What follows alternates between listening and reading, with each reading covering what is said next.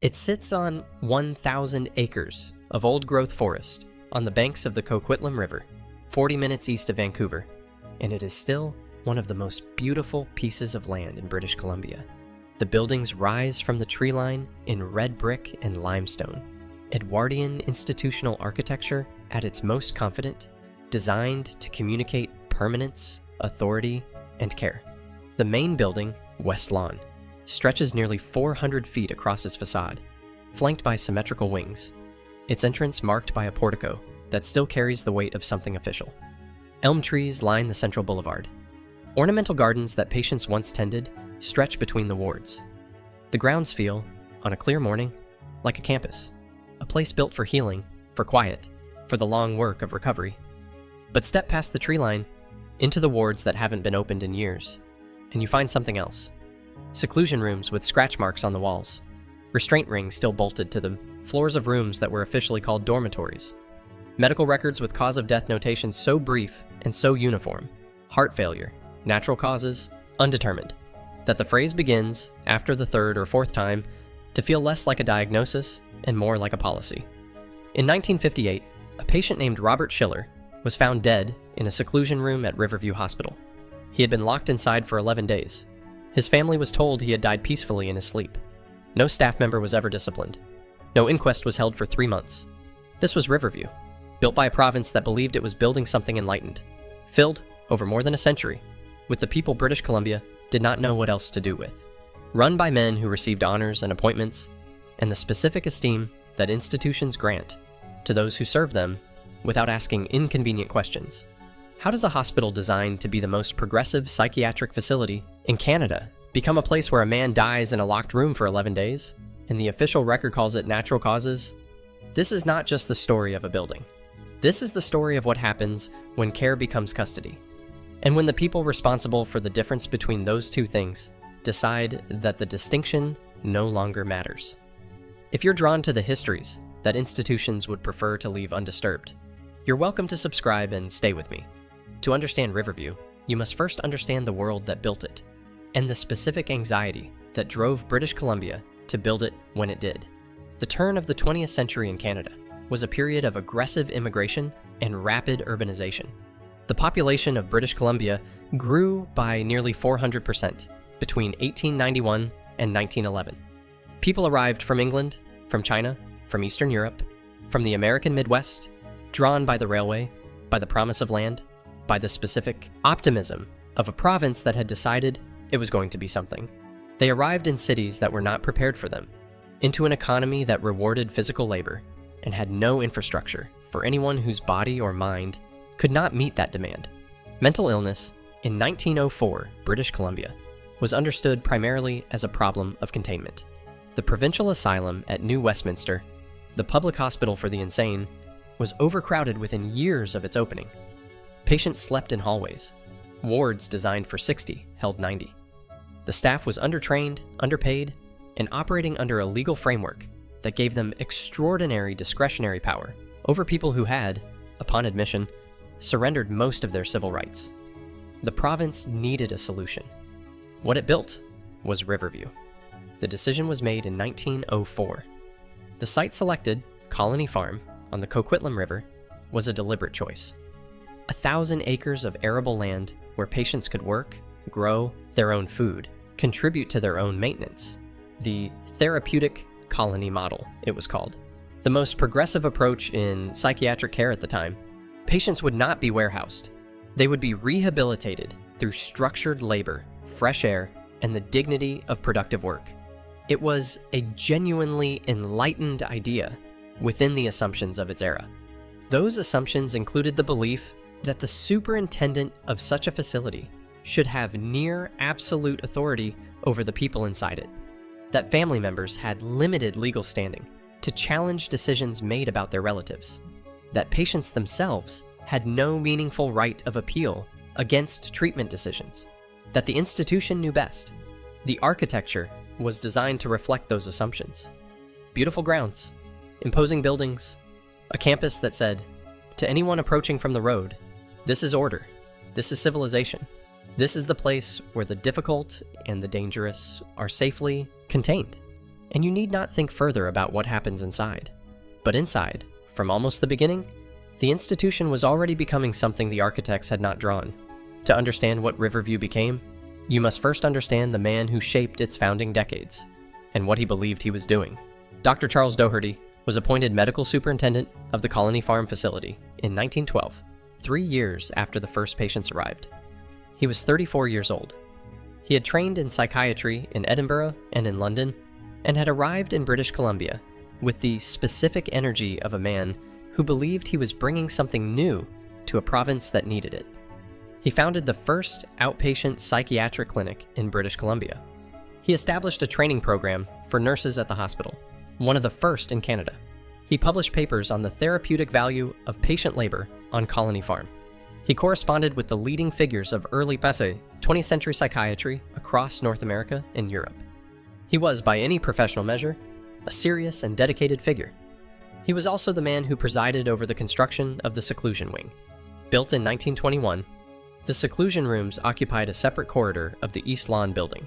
Small cells, each approximately 8 feet by 10 feet, with a locked door, a fixed cot, and a single high window. The official rationale was safety. These were rooms for patients in acute crisis, places where they could be protected from themselves and others during episodes of violence or extreme agitation. The admission criteria, as written, required physician authorization and mandated daily review. The admission criteria, as practiced, required nothing more than a charge nurse's decision. Daily review was, in the documented cases that survive, intermittent at best, and, in some recorded instances, absent entirely. Doherty knew. The internal correspondence that survives in the BC archives makes this clear. In a letter dated March 1923 to the provincial secretary, Doherty noted that the seclusion facilities were being used for purposes beyond acute crisis management, and that he intended to address this in his next staff review. There is no record of that staff review occurring.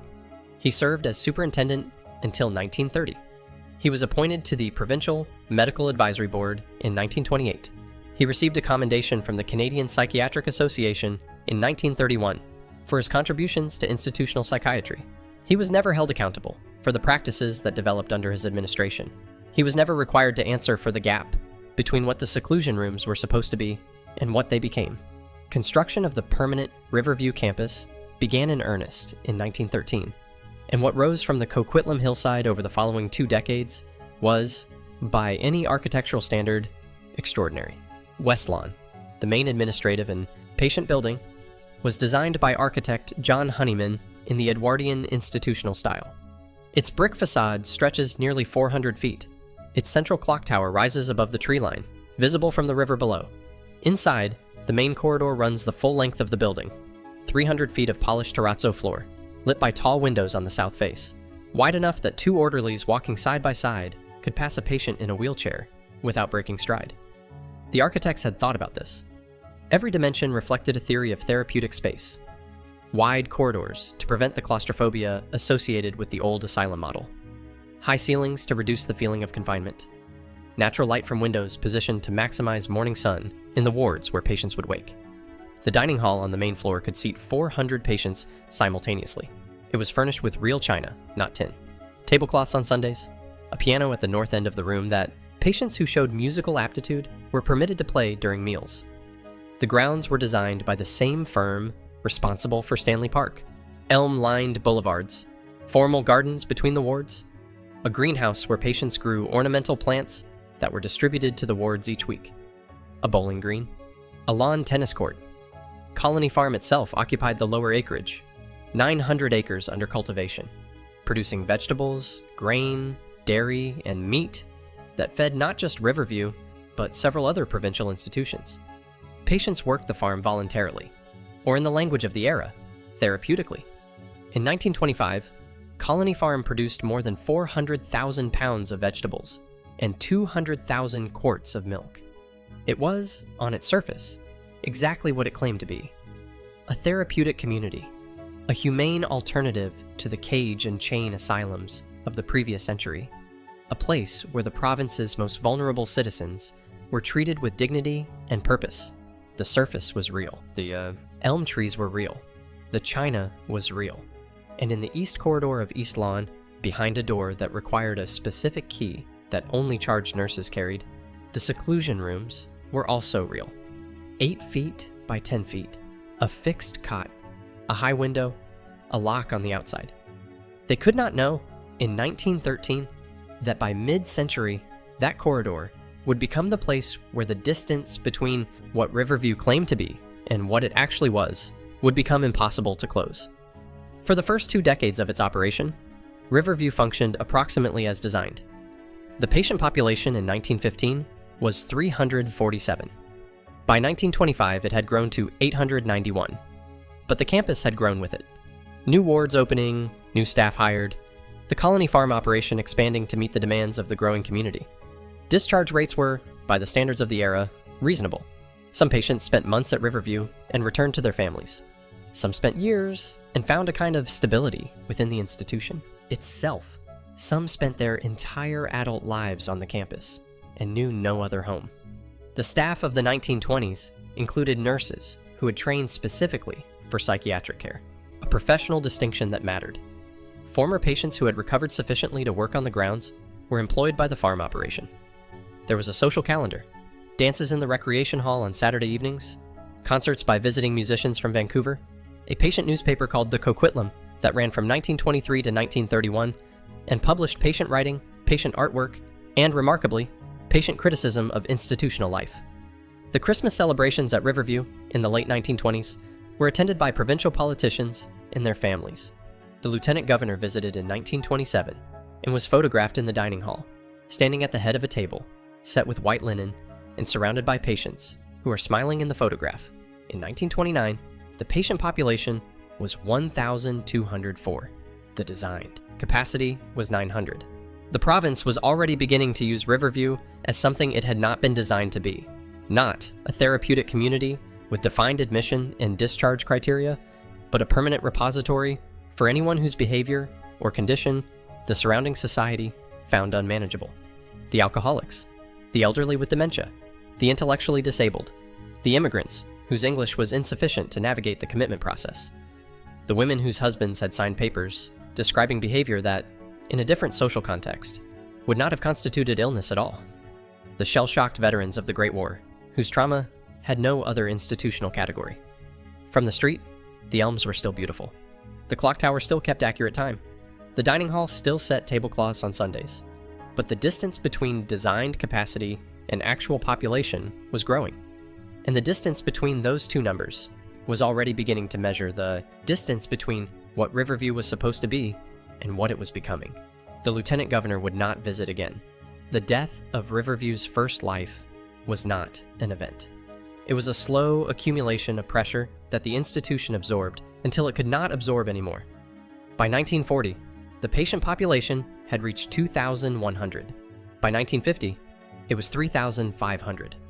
By 1956, the year the institution reached its peak, Riverview held 4,630 patients in a campus that had been designed for fewer than half that number. Think about that number, 4,630 people. In a facility designed for under 2,000. In wards where beds had been moved into hallways because the rooms were full. In a system where the ratio of nursing staff to patients, which in 1920 had been approximately 1 to 8, had by 1955 fallen to 1 to 26. The therapeutic model, the farm work, the occupational programs, the individual treatment plans, had collapsed under the weight of the numbers. There were simply too many people and not enough of anything else. Not enough staff to provide individual care. Not enough space to provide private sleeping arrangements. Not enough medical personnel to provide meaningful psychiatric treatment to the majority of the population. What remained was custody. Clean enough, fed enough, contained. The elm trees were still there. The china in the dining hall had been replaced by aluminum trays. In 1951, a patient named Margaret Chen, a 34-year-old woman admitted following a postpartum episode diagnosed, in the language of the era, as puerperal psychosis, was placed in seclusion following what the ward report describes as an episode of agitation. She remained in seclusion for 19 days. The ward records for days 8 through 16 contain no physician notation, no review, no authorization for continued isolation. She was discovered on day 19, unable to stand, severely dehydrated, and experiencing what the attending physician documented as significant cognitive deterioration. She died 11 weeks later. The cause of death recorded was pneumonia. Her family received a letter stating that Margaret had passed away following a period of illness. No other information was provided. No family member was informed she had been in seclusion. No inquest was held. Her name does not appear on any memorial at Riverview. It does not appear in the provincial record of institutional deaths. It appears in a single ward log, in handwriting that has partially faded, in a box in the BC archives that was not reviewed by researchers until 2003. But numbers, even devastating numbers, can become abstract. So let us remember 3 names. Margaret Chen was 34 years old in 1951 when she was admitted to Riverview following the birth of her second child. Before, she was a seamstress in New Westminster, married 7 years, described by her husband in the admission paperwork as a loving mother and a capable woman who had, in the weeks following the birth, become increasingly distressed and confused. During, she received no psychiatric medication. The psychotropic medications that would transform institutional psychiatry were still years away. She received what the ward records describe as rest and supervision. She was placed in seclusion on day 11 of her admission following an incident the ward report describes only as disturbance. She remained there for 19 days with documented gaps in medical review spanning 8 consecutive days. After, she was removed from seclusion in a state of severe physical deterioration. She died 11 weeks later of pneumonia, a secondary condition. The primary cause of her decline was 19 days in a locked room with documented failures of basic medical monitoring. Fight. Her husband wrote 3 letters to the provincial secretary asking for information about the circumstances of his wife's death. He received 2 form letter responses and 1 letter from the hospital administrator stating that Margaret had received appropriate care throughout her admission. No further information was provided. He had no legal mechanism to compel disclosure. Robert Schiller was 47 years old in 1958 when he was admitted to Riverview following what his family describes as a severe depressive episode triggered by the death of his youngest son. Before, he had worked for 20 years as a carpenter in Burnaby, raised 4 children, attended the same church for a decade. His family describes him as a quiet man, precise in his work, devoted to his garden. During, he was admitted voluntarily, meaning he walked in himself, believing he was entering a place of treatment. He was assigned to a general ward. Within 3 weeks, he was placed in seclusion. The documented reason was non-compliance with ward routine. 11 days later, he was found dead. The official cause of death, heart failure. No autopsy was performed for 6 weeks. The pathology report, when it was completed, noted evidence of dehydration and documented bruising on both forearms, consistent with restraint use, but concluded that the primary cause of death, cardiac. The notation regarding the bruising was not included in the summary provided to his family. After, Robert Schiller's daughter Eleanor spent 17 years trying to obtain her father's complete medical record. She was told, repeatedly, that records from that period were incomplete or unavailable. In 1975, she obtained a partial record through a Freedom of Information request that the province had not yet processed for years. The partial record included the pathology report. It was the first time she learned about the bruising. Fight. Eleanor wrote to the provincial health minister in 1975. She received a reply from a ministry official acknowledging receipt of her letter. She never received a substantive response. No review of her father's case was ever conducted. She died in 2001 without receiving an apology or an explanation. Linda Red Cloud was 22 years old in 1963 when she was committed to Riverview by court order following an arrest for vagrancy. Before, she was a member of the Stolo Nation, had grown up in the Fraser Valley, had come to Vancouver looking for work. The court record describes her as confused and uncooperative. The psychiatric assessment that preceded her commitment was conducted by a physician who had never met her before and spent, by his own documented account, 45 minutes with her. During, she was diagnosed with schizophrenia.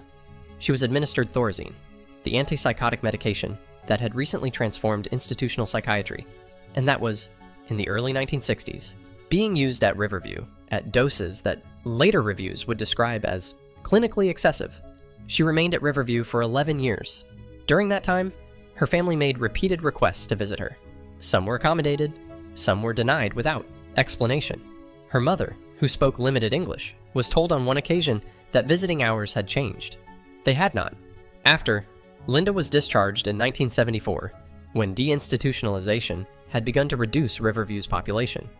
She was discharged to a boarding house in Vancouver with a 2-week supply of medication and a referral to an outpatient clinic that, when she arrived, had no record of her referral.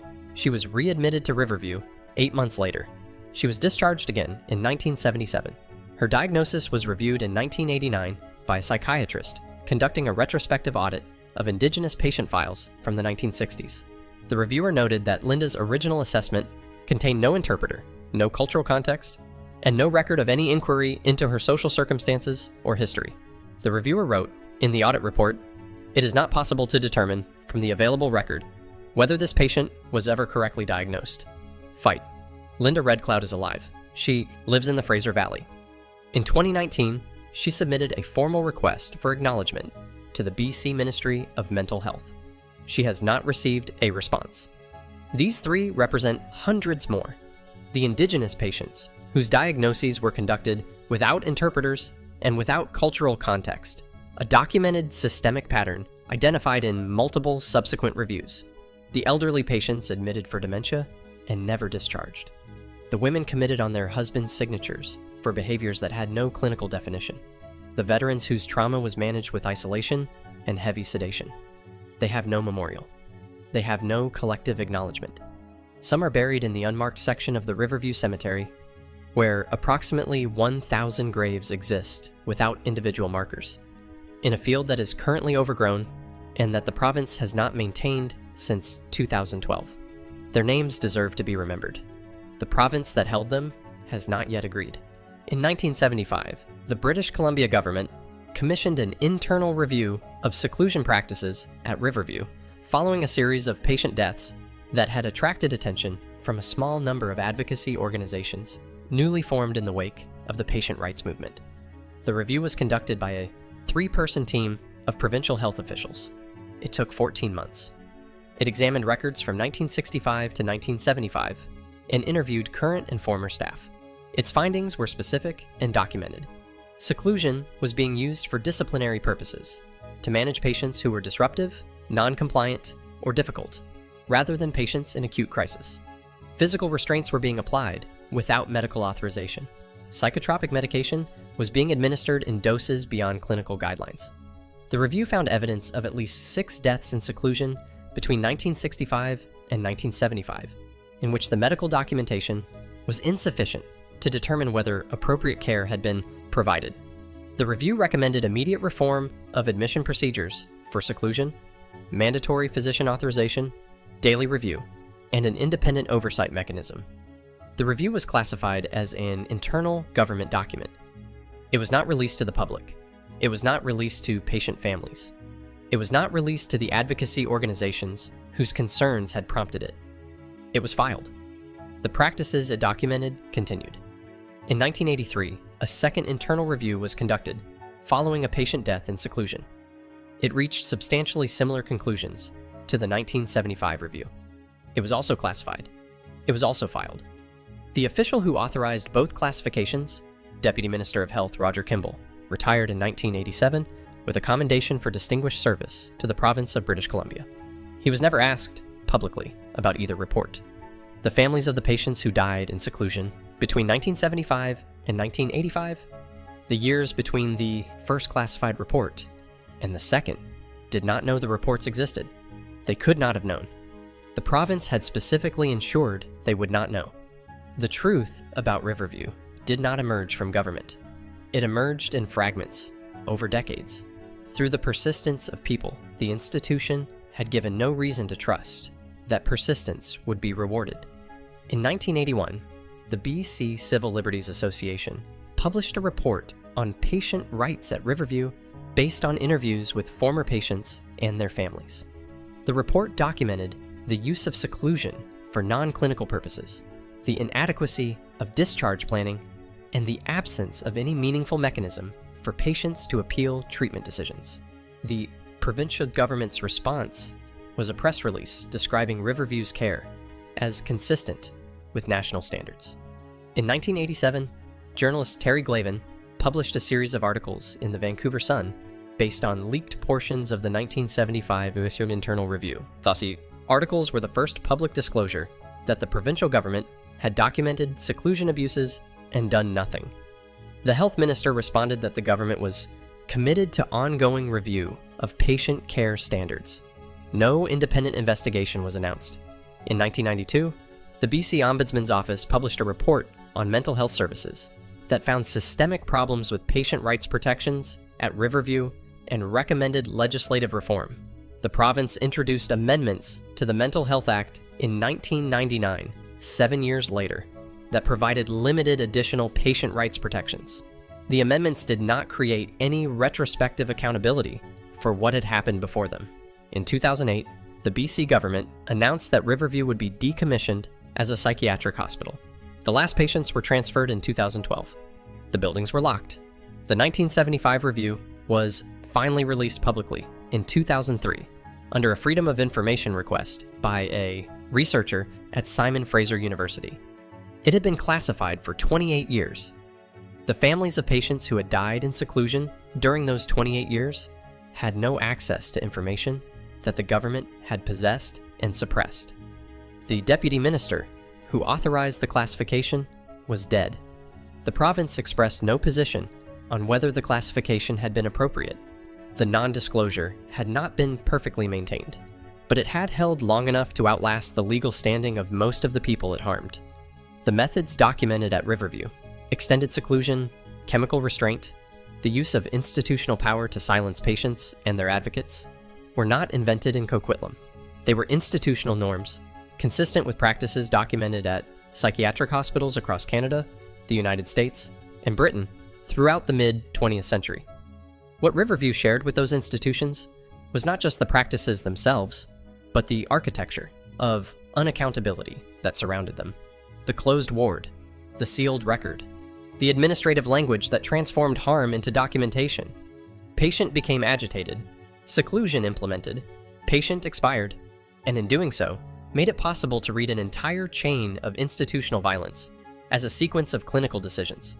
The specific methods Riverview used on its Indigenous patients in the 1960s, involuntary commitment, forced medication, denial of family contact, diagnosis without cultural competency, were documented in the 1989 retrospective audit and again in the 2020 report of the National Inquiry into Missing and Murdered Indigenous Women and Girls, which identified psychiatric institutionalization as one of the mechanisms through which Indigenous families were separated and Indigenous women were made vulnerable. The line from Riverview's seclusion corridor to the broader patterns of colonial dispossession is not metaphorical. It is documented, specific, and runs through the files of a provincial government that classified its own evidence of harm and has never issued a full accounting of what those files contain. Deinstitutionalization, the movement that closed Riverview and hundreds of institutions like it across North America, did not resolve the question of what had happened inside them. In most cases, it transferred it. The patients discharged from Riverview between 1975 and 2012 entered a community mental health system that was chronically underfunded, inadequately staffed, and built on the assumption that the institution's closure was itself the accountability. It was not. Closing the building is not the same as answering for what happened inside it. And what happened to the people discharged from Riverview, the rates of homelessness, the rehospitalization, the deaths on the street, is a legacy of institutional failure that extends past the moment the last ward locked its door. The practices did not end. They changed form. And the logic that had always governed them, that the people inside the institution were less important than the institution's stability, its reputation, its relationship with the government that funded it, did not end either. It is still present in every mental health system that prioritizes bed management over patient outcomes, that uses emergency holds as a default response to crisis, that treats discharge as a metric rather than a process. The Riverview campus still stands at 500 Lougheed Highway in Coquitlam, British Columbia. The elm trees lining the central boulevard are still there. The greenhouse is still standing, its glass panels mostly intact, though nothing grows inside it now. West Lawn still rises above the tree line. The clock in its tower stopped at some point after 2012 and has not been restarted. Step inside West Lawn, and you will find corridors that still smell of institutional cleaner, and something underneath it that no amount of cleaning entirely removes. The terrazzo floors are cracked in places. The tall, south-facing windows are intact, and on a clear afternoon, the light through them is still exactly what the architects designed it to be: warm, directional, falling at an angle that makes the dust in the air visible. The dining hall still has its piano at the north end. It has not been tuned since before the last patients left. The seclusion corridor in East Lawn is locked. It has been locked since 2012. The province has not released any information about whether it intends to preserve, renovate, or demolish it. In the lower section of the grounds, in a field that was once part of Colony Farm, there is a cemetery. Approximately 1,000 people are buried there. The marked graves, patients and staff who had family members to claim them, are clustered near the cemetery's entrance. Deeper into the field, the markers become sparse and then stop entirely. There are mounds in the grass that indicate burial sites. Some have small metal stakes with numbers rather than names. Some have nothing at all. The province of British Columbia has not maintained this section of the cemetery since approximately 2012. The grass is uncut. The metal stakes, where they exist, are rusting. There is no official memorial to the patients who died at Riverview over its 103-year operational history. There is no plaque listing names. There is no acknowledgement by the province of British Columbia that the practices documented in its own classified internal reviews caused deaths that were then misrepresented to the families of the dead. Linda Redcloud's request for acknowledgement, submitted in 2019, remains unanswered. The Riverview campus is currently under redevelopment planning by BC Housing. The provincial government has described the site as an opportunity for mixed-use residential and community development. The heritage buildings, West Lawn, East Lawn, the greenhouse, are designated under the Heritage Conservation Act. The cemetery is not currently included in the redevelopment plan's public consultation materials. There are two Riverviews. The first is the one in the official history, the therapeutic community, the most progressive psychiatric facility in Canada at the time of its founding, the place where the colonial-era asylum was replaced by something that looked like care. This Riverview is real. The elm trees are real. The colony farm that fed a province is real. The nurses who trained there and carried genuine skills into a system that needed them are real. The patients who recovered and returned to their lives are real. The second Riverview is harder. It is the seclusion corridor, the unmarked graves, the classified reports, the 11-day death of a man whose family was told he died peacefully in his sleep, the woman from the Stolo Nation whose diagnosis was conducted without an interpreter and who spent 11 years in a place that may never have been able to tell whether she was ill in the first place. The second Riverview is not the opposite of the first. It grew from it. The same institution that built the greenhouses and the bowling green in the patient newspaper also built the seclusion rooms. The same administration that commissioned the therapeutic colony model also authorized the practices that the 1975 review found and classified. These were not separate institutions. They were the same institution, and the question of which one was real misses the point. The point is that the second Riverview was known. It was documented, reviewed, and classified. The province that ran the institution knew what was happening inside it, produced evidence of what was happening inside it, and then specifically ensured that the people most harmed by what was happening inside it would not have access to that evidence. That is not a failure of institutional care. That is a choice. And the people who made that choice received commendations and appointments and retirement ceremonies and the specific comfort of never being required to stand in public and account for what they had authorized. The patients in the unmarked section of the cemetery received nothing, not even their names on a stake in the grass. But the unanswered questions remain. How many of the approximately 1,000 people buried in the Riverview Cemetery died in circumstances that were misrepresented to their families? What exactly do the classified portions of the 1975 and 1983 reviews contain that has still not been released? Why has the province of British Columbia not responded to Linda Redcloud's 2019 request for acknowledgement? What will happen to the seclusion corridor in East Lawn when the redevelopment proceeds? Will it be demolished before anyone is required to document what is still inside it? Will the unmarked graves in the lower cemetery be included in the redevelopment's heritage assessment? Or will a residential development be built on land where the province buried people whose names it did not think worth preserving? The clock in West Lawn's tower stopped after the last patients left. No one restarted it. The elm trees still line the boulevard that the architects designed to communicate permanence and dignity. The greenhouse still stands, its glass intact, nothing growing inside. The province of British Columbia has described the Riverview site as an opportunity. The people buried in the unmarked section of that field had no language for what it became for them. The redevelopment consultation closes later this year.